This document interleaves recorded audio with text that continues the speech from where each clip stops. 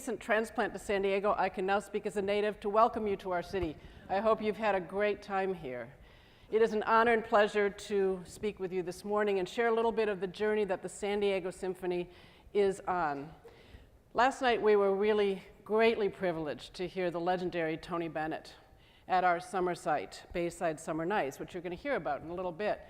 And Tony Bennett sang for an hour and 20 minutes his great classics over and over. And he connected with the audience in a reminiscent way, but just in awe-inspiring way.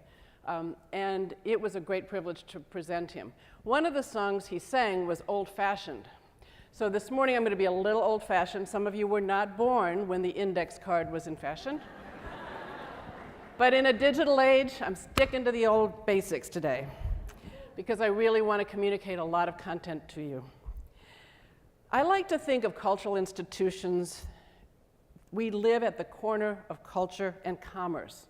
We look for the intersection of presenting impactful performances that connect with audiences while creating a structure to support and sustain our vision. When I came to San Diego 3 years ago from the Chicago Symphony Orchestra, I was inspired by the opportunity to imagine an orchestra in new ways and position the organization as a leader in the ongoing growth of this city. And those of you who've spent a little bit of time here, you can see the growth is all around us. The early results after 3 years are excellent. Throughout the past 2 seasons, the orchestra has played at consistently higher levels. Ticket sales have increased over 15% each year, and we have over 900 new donors to the San Diego Symphony Orchestra. We have initiated new partnerships to connect us more deeply to our city by making community and relationship building a priority. The San Diego Symphony Orchestra is redefining what it means to be an orchestra that is representative of the city and this region. I want to share some insights with you into what we've learned along the way, and I believe many of these principles can be universally applied to a wide range of not-for-profits. One important thing we have learned and continue to practice is to truly listen to what our community needs from us. As an arts organization, it's so tempting to look internally at what we might need or want from our community, rather than on what they might want from us. It's easy for us to focus on what we want. We want the community to respect us. We want the community to support us, the community to see how good we are, and to be valued and have strong relationships. But what is really important is to listen to what our community is asking for. It's tempting to simply believe that if we perform at a very high level, it will be sufficient to earn a level of support and respect and connection. If only it were that easy. We have worked hard as an institution to be intentional about building meaningful relationships, not just selling tickets. In that spirit, we've been asking ourselves important questions. What does it look like to be an arts leader in this city? What is it we're asking people to support? How can we build trust with our new and with our existing audiences? And how can we inspire our future audiences? Before we began building new audiences, we wanted to take a deeper look at our current core audience. We have made it our first priority to provide programming that engages audience and ignites their curiosity. I believe that growth starts with programming. We must be artistically led. To be dynamic, programs, of course, include familiar works that our public loves and cherishes. At the same time, we can build trust by programming new pieces, often by familiar composers, but that stimulate and engage our audience. In addition to core programs, we have expanded programming in related fields like jazz and film that not only ignites our current audience, but appeals to new audiences. And importantly, we launched an annual festival in January. Yes, it's San Diego, and it's warm here in January, of every season. We invite our audience to take a deep dive, using San Diego language, submersing themselves into related repertoire and programs, and allowing them to see the connectivity between music around a central theme. We also introduced a program entitled Art Connections, which further illuminated that convergence in music, art, history, theater, and social issues. All of this provided the opportunities to connect with our audiences more deeply and foster their curiosity. We invited them to find their music. This is the storytelling that Chris talked about, developing content that tells stories and has narrative. In tandem with enhanced programming, we focused on the way we interacted with audiences. We invested in our elevating and recreating our brand through our website, our season brochures, our direct mail pieces, and our email. And we also ended the regular practice of deeply discounting and giving away free tickets. And that was a big internal debate, believe me. It was important to us that our audience felt that concerts had value. And I want to really emphasize the importance of this. Through changes in programming, listening to our audience, refreshing our brand, and we claimed our confidence in the value of what the San Diego Symphony can and does mean to members of the community. After securing our relationship with core audience, we asked ourselves, how can we more effectively reach into our community? Now I want to say thank you, Tessitura, because we now have a database with over 180,000 email and mailing addresses, which we can segment, of course, based on the depth of an individual's relationship with us in giving and in ticket buying. We've found that there's a myth that subscriptions don't sell anymore. It's not the case here. Our subscription sales are up, and because of the database, we have a dedicated mailing audience that's proven to be very receptive to our subscription audiences. Having the data is half the battle, and it's a battle we can lose if we're not careful about how we talk to the people in our database. We have worked it hard to foster relationships. The reason we have 180,000 people in our database is, yes, we've met new people, but importantly, less people are opting out because of the messages that we are sending to them that they want to receive.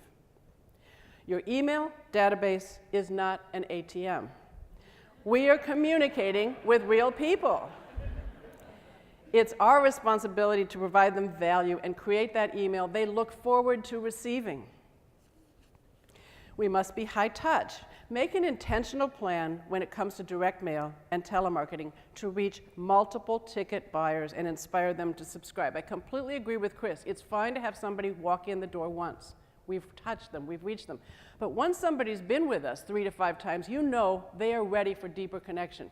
It's time to really have a two-way conversation. Grow your online community. This is where the conversations happen. And when we talk about community, this is a real community, as you all know in this room. It is ready to talk to us, and we're active on Facebook, Instagram, and Twitter. It's important to tell stories, not sell concerts. People crave narrative, and it offers a bridge to them, to their own experience of the music. Your digital community in 2017, through email and social media, represents a very real community that will respond if you give them something to respond to. We took a hard look at our messaging and how it was resonating with our community. One of the key elements of our programming here in San Diego, as you might imagine, is an outdoor site during the summer, which is pretty much all year long. But for 10 weeks every summer, we occupied this wonderful space. You might have heard Tony Bennett from here. It's right around the corner. We knew our audience loved San Diego Symphony summer pops. However, the energy and the sales had somewhat plateaued. So we took a bold move after a lot of intense conversation, and we decided to rebrand it as Bayside Summer Nights. It accurately reflected the overall experience sitting on the shores of the Bay of San Diego, and it also allowed us to expand the kind of programming we were offering, plus giving audiences new opportunities to connect without the barrier that sometimes the word pops can create. As a result of these efforts, I am so proud to tell you that in 2017 season, the summer season, before the orchestra played a note, exceeded sales of 2015 just 2 years ago. And the result has been amazing.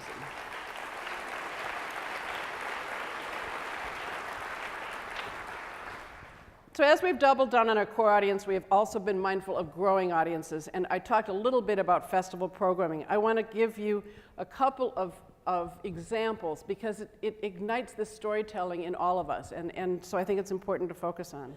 We created a new position, which is not new to all orchestras. It was to San Diego, around community engagement. And we started talking to a variety of local groups, even those not directly related to the arts. One such group is David's Harp Foundation, and I love this program. It's a program that works with at-risk youth to train them in sound design and production. They built our sound kiosks for our American Music Festival, and now they're producing podcasts with our musicians that can go on our website and talk about what the musicians are excited about in our season. Creating these unpredictable connections creates a diverse and vibrant community. In January 2015, we introduced our inaugural January festival entitled Upright and Grand, and you got it. It focused on the piano and its presence in so many musical genres. One of the most outward-facing parts of the festival was placing 11 pianos in public spaces. These donated pianos were decorated by a variety of community groups, including our local Path Homeless Shelter, Combat Arts, an organization which provides art therapy for our veterans suffering from PTSD, and a second grade classroom at a culturally centered magnet school. The pianos were then placed throughout the city at various locations, at the city library, an office building lobby, the Globe Theater, and at the Coronado Ferry Landing, offering the opportunity for all who wanted to come and play. And play they did. And the stories that we got on Facebook of the importance in people's lives of being able to sit and play in an outdoor space was legendary. In January 2017, we produced an American Music Festival entitled Our American Music. The title was intended to emphasize the our, the shared notion of music that belongs to all Americans. And I echo Chris's comments about it couldn't be more important in the times we live in today. It featured music by American composers, as well as music written by people not born in America who brought their rich cultural heritage with them and had it influenced by our American roots. Through the lens of this festival, we wanted to connect with audience and invite them to share something bigger than any one of us. Music became the vehicle for stimulating thought of our human connectedness. We created this video that I want to share with you now, which we widely distributed, this montage of images so familiar to all of us, demonstrating the breadth and importance of this idea in film.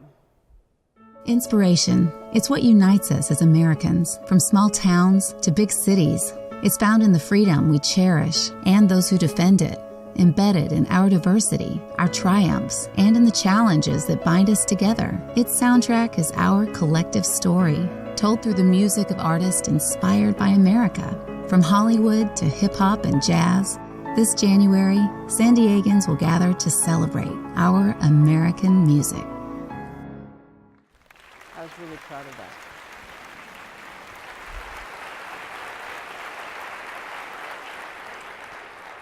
I was proud of it because until you get to the end, you don't know it's the San Diego Symphony, and yet it's so moving and inspiring to what unites us, and that is a major message of what we're trying to get across. Which brings us to January 2018. Our annual festival is It's About Time, sound, rhythm, and place. It centers around the medium of rhythm as a unifying factor in all cultures. It begins with our hearing our mother's heartbeat while in the womb, and it continues reflecting the place in which we were created and lived and grew. What is especially unique about this festival is that it is the first time we've partnered with other arts organizations throughout the city in not only programming, but marketing. And we're really inviting people to be shared audience. We want people to sample all of the offerings throughout the city, and intentionally will find ways for the public to share the experience across institutions.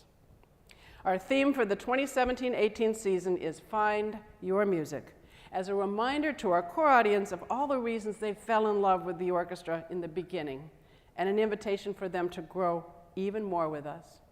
It is also a welcome and promise to new audiences who are yet to discover their favorite genre of music. We recognize that people are wanting and buying experiences, not just tickets. Instead of limiting our advertising to push the next concert, we create messages that demonstrate the emotional payoff of the overall experience. We honor the audience's question, why is this meaningful to me? And we seek to suggest answers that are tailored to their individual tastes. Every day we grow and learn. I'm optimistic about the progress we have made, and my hope is that something from today connects with you and inspires you to grow more meaningful relationships with your audiences and customers. It's easy for us to become focused inwards. But if we take a step back and ask ourselves what our community needs from us, how we can engage and ignite our core audience, make new and lasting connections, and leverage the tools available to us, we can forge deeper relationships and uncover new and vibrant opportunities. Thank you so much.